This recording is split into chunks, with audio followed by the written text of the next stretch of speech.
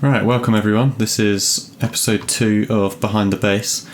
Today I'm looking at an unreleased, unnamed and unfinished tune of mine, which I posted on my TikTok yesterday about... Was it yesterday? The day before? I don't know.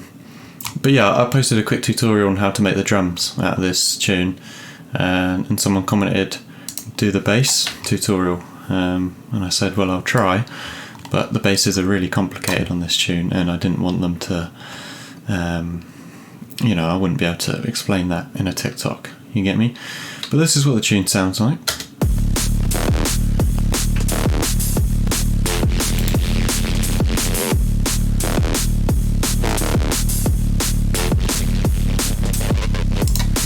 As you can see and hear, my CPU is really struggling with this tune already, and it's not even done.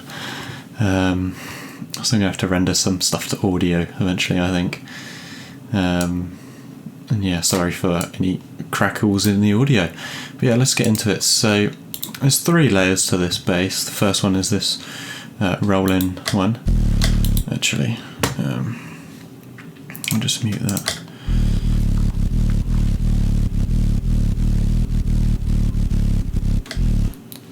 So that's the first one. Layered up with this, and then this third one.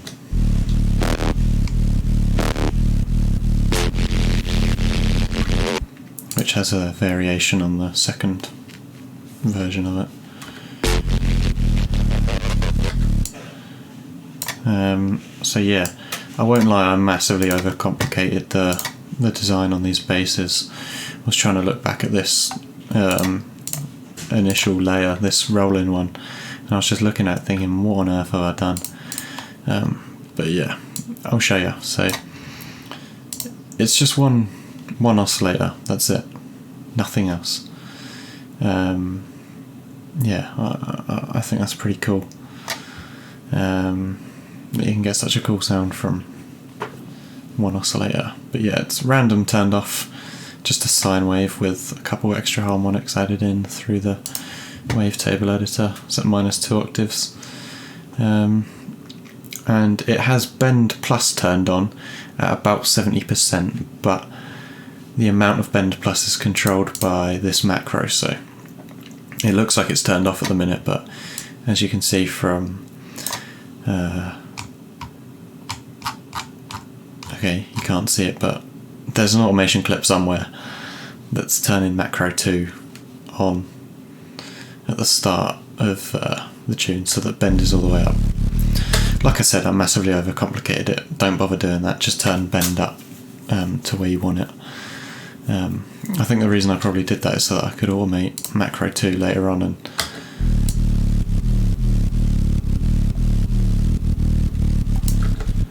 get different tones out of it, you know.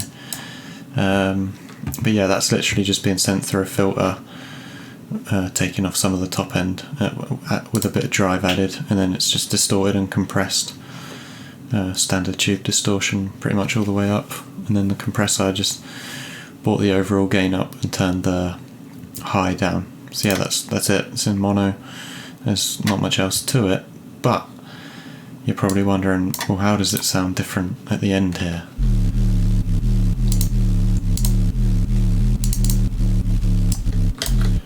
Oh, I've broken that now. It was about there, wasn't it?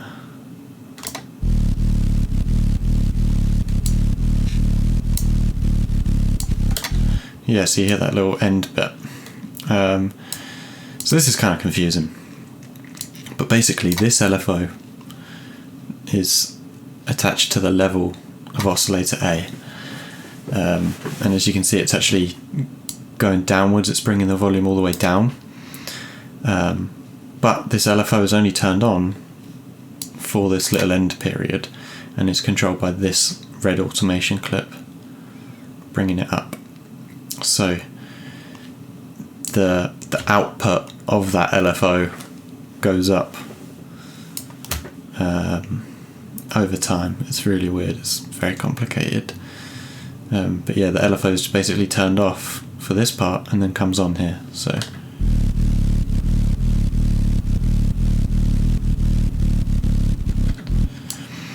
and because that volume is going down, it kind of, I can't describe it in words really, it kind of like takes away from it, but in a good way. Like, yeah, it just adds another level of movement to it.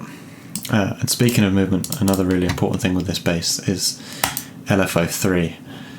As you can see, it's got a bit of a wild kind of shape going on, which is controlling the global master tune. So the overall pitch of the sound is being controlled by this LFO. A very, very small amount. Very small. But yeah, it just, if I turn that off, you'll hear the difference. It just doesn't have the same character.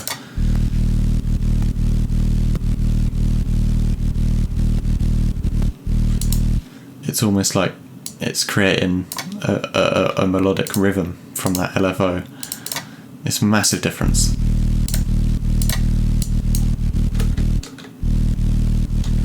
I've broken it now, look, I don't want to...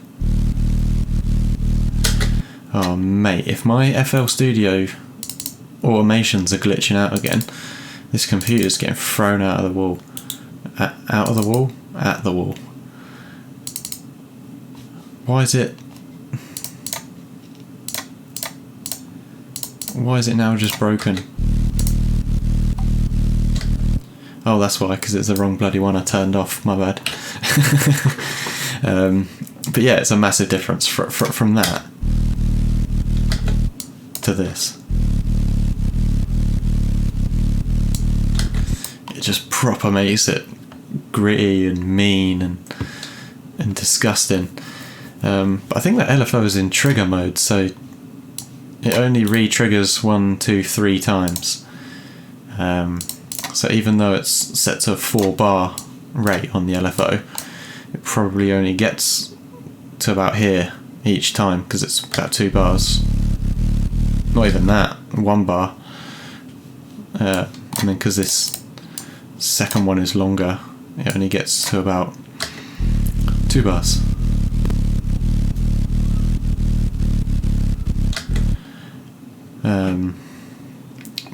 But the next point, like I said, this bass is so overcomplicated. I didn't even want to make a tutorial on this bass for this reason, but this guy commented asking for it, so you got to give the people what they want. But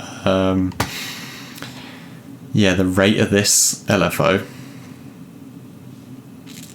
is being controlled by macro 3, so that when macro 3 comes on here at the same time as what we spoke about earlier, it slows that that LFO down. And so rather than the pitch going up down like that, it just has a downward kind of curve, and that combined with the bass that it's layered with makes a really nice movement.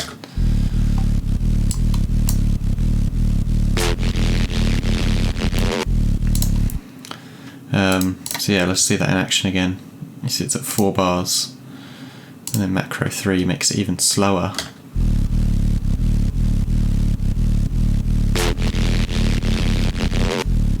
So you see, if this shape is on the pitch, when it does this bit where LFO, well, macro 3 is turned on, then it just follows this shape rather than the whole thing per bar and then re-triggering. I really hope that makes sense. I apologise if it doesn't. Like I said, I've overcomplicated it. So you're probably wondering as well how there's a top end sort of fizzy noise on there when there's no noise oscillator turned on. And that would be a very good question, one which I will answer for you. So every bass on this tune, so this is on the bass bus, it has a ring mod. Now ring mod, this specific one at least, but I know you can do it with other ring modulators.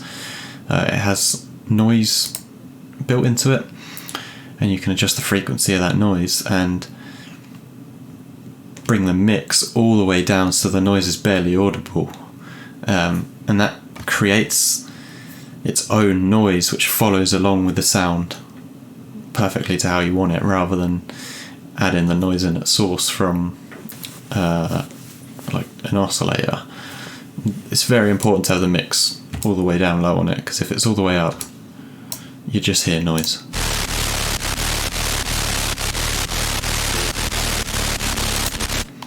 But you're blending it in almost like parallel distortion.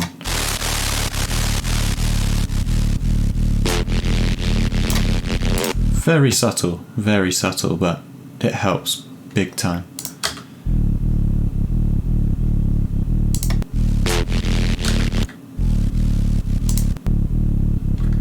Because really that is the sound that's coming out of Serum. That's why it's such a basic patch.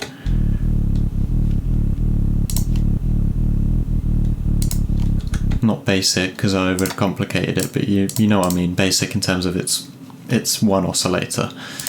So yeah, that ring mod is really important, massively important, especially considering it gets distorted afterwards as well to bring out even more of that top end.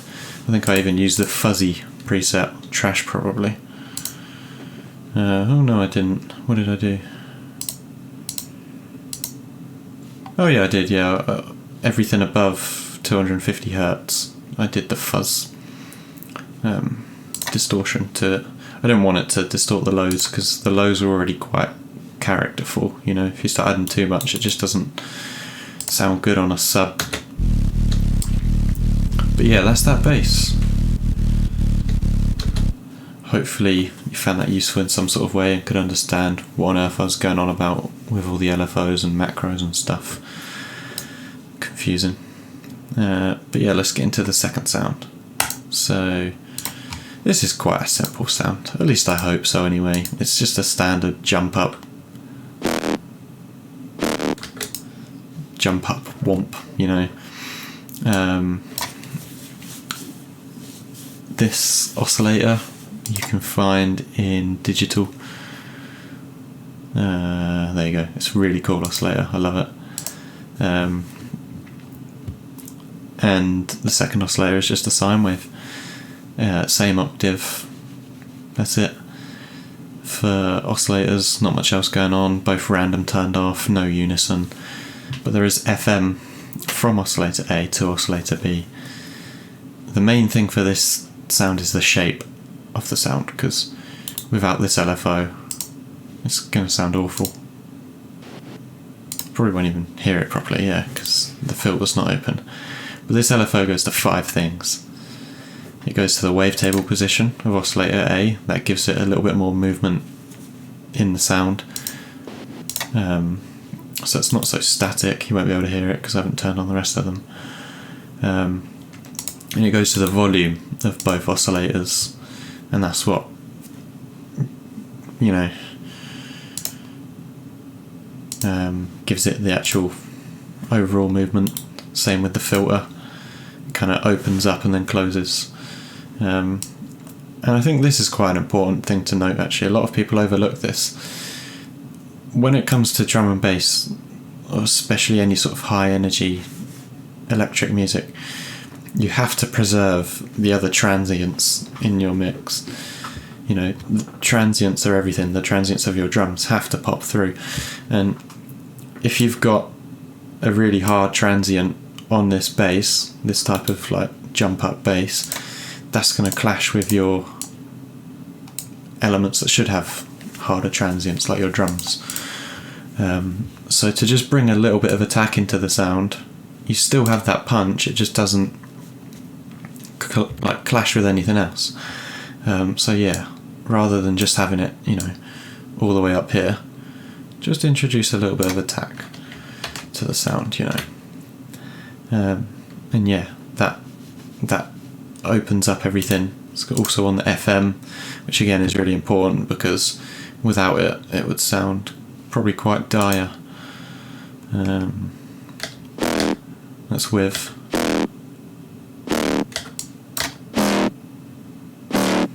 Some would argue that that's actually a better sound. I don't like it. A lot of the time with Serum and with FM and everything, it's all just down to tuning it to your preferences. Like, Just go with how it sounds.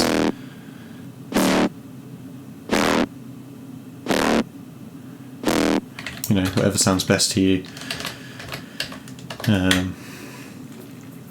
And yeah, this LFO being on the FM and the wavetable position just gives it that bit more character and movement, which it didn't necessarily have before.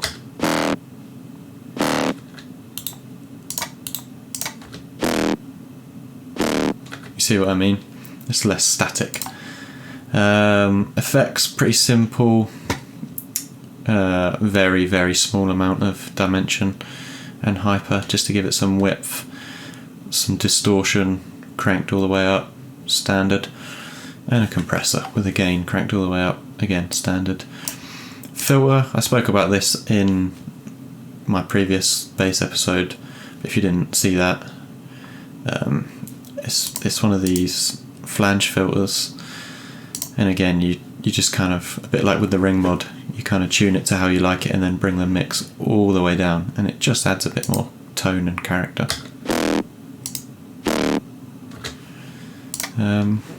Yeah, there's a bit of white noise as well, I forgot to mention that, just being run through the filter with everything else, which also has some drive and some resonance on it.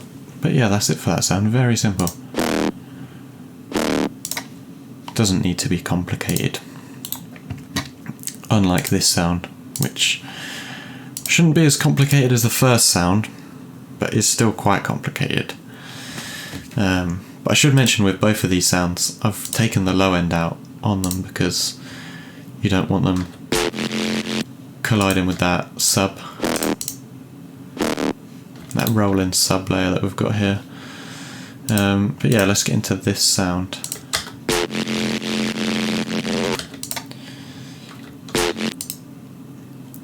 If it wants to load.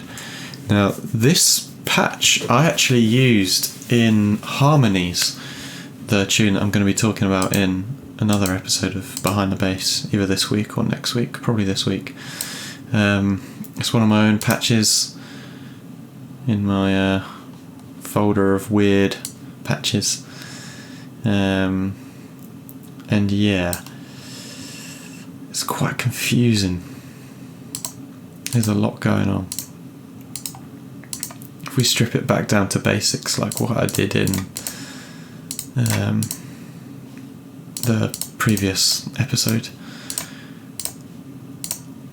this is just a sine wave with some vibrato on it, I believe. Yeah, a bit of vibrato, which I spoke about in my other video, which is literally just a quick LFO on the fine tune, and that's it. Just literally sine wave, oscillator B, another sine wave, but 3 octaves and 4 semitones up from the original. Again, that's exactly how this other bass was that I spoke about in the previous episode. Now the difference with this one being that it has unison on it. Now I'll speak more on that in a bit, but the unison is quite an important part of this sound. And you can hear the basic sort of shape of the sound forming already, in how it moves, and a lot of it is coming from the filter as well, being opened up by this one LFO, which is also on the FM. Now the rate of this filter is being modulated by macro 1, so that it starts off low and then comes up. Now the way I've done that is by having it inverted, so when macro 1 is all the way up, the rate is all the way down, and when macro 1 comes down, like it does here in this automation clip, that rate goes up. So that's how it has that little speeding up sound at the end, which, you know, becomes a lot clearer with the distortion and compression.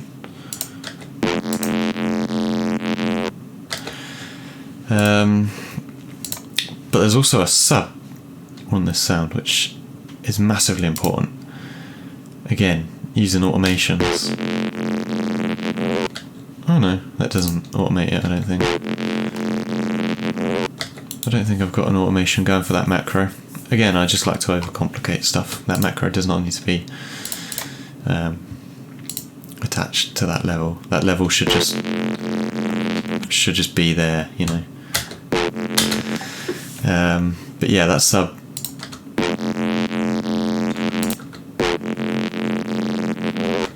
just gives it a bit more juice, and obviously some noise, because it just crisps it up, doesn't it? And I think that's mostly all there is for this sound, really. Other than the unison detune, which I will get to in a second. Just yeah. Oh yeah, there's some bend on it as well, just like how we did in the original patch. And that comes up over time, over the course of about 2 bars, which again just introduces another dimension of sound into it. Yeah, finally onto the detune. So when you have a second oscillator that you're using to FM something else, and you have unison on it, say there's no unison, there's one copy of this oscillator FM in the other thing, but when you have unison you have 5 copies of this one oscillator going to FM that other oscillator, and when you're detuning them, you're making them further apart and changing the overall tune of the sound. That then creates more of an effect on oscillator A because it's being FM'd by it. FM being frequency modulation, so the frequencies of oscillator A are being modulated by the detuning frequencies of oscillator B. It's so complicated. I don't even understand it fully myself. I just play around with shit till it sounds cool. But yeah, that detune coming up with macro 3, or coming down in fact, so it's not inverted like how this other oscillator is, wherever it was. I don't bloody know, but yeah, it comes down, and that tightens up that detune, making it kind of extra crispy for the FM. And yeah, that shape dictates how it sounds. So you know, because that's on the rate of the LFO and that unison detune and the FM, if I remember correctly. Oh no, it's not on the FM, mind, but if it was, Christ, you can get all sorts of different sounds out of it just by changing the steepness. I think that sounds pretty cool, you know. Wow, that's going to have to be a variation for later on in the tune.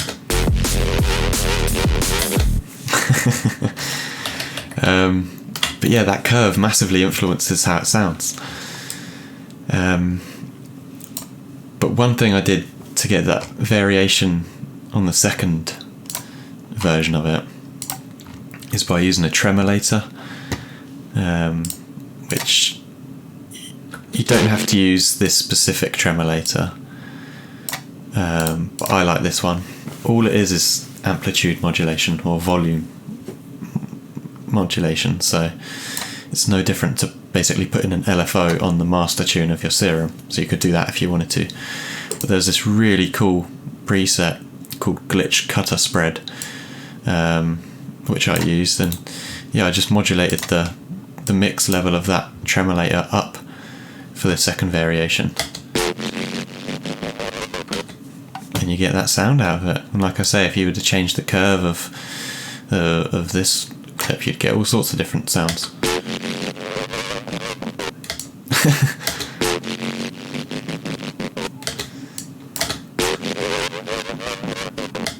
You know, pretty cool. Oh, sod off Cortana. Didn't mean to bring you up. I think it was that originally. But yeah, there's not much else to these basses now other than the absolute mammoth of sound design information that I've given you. I'm not going to bother going into the processing. It's pretty standard, to be honest, other than what I mentioned about the ring mod, because that is really important. If we were to listen to everything, I tell you what, we'll listen to the whole tune or the whole drop in context without the ring mod, and you'll see how important it is.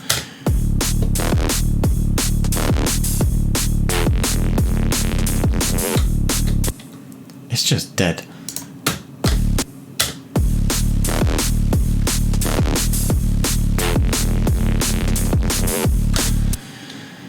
Something's changed with this somewhere. Sounds different to how it originally did, but I'm not going to bother saving the changes that I've done, because, like I say, this tune is still in the works, and I don't want to ruin it. But yeah, hopefully you found something useful from this tutorial. Not much else to say really, other than subscribe to my YouTube channel. I'll be bringing out hopefully one of these every week, but I'm not always going to look at basses. I'm going to do some drum breakdowns, some stuff about atmospheres and whatnot, and yeah, we'll go from there. But I'll see you all in the next video. Bye bye.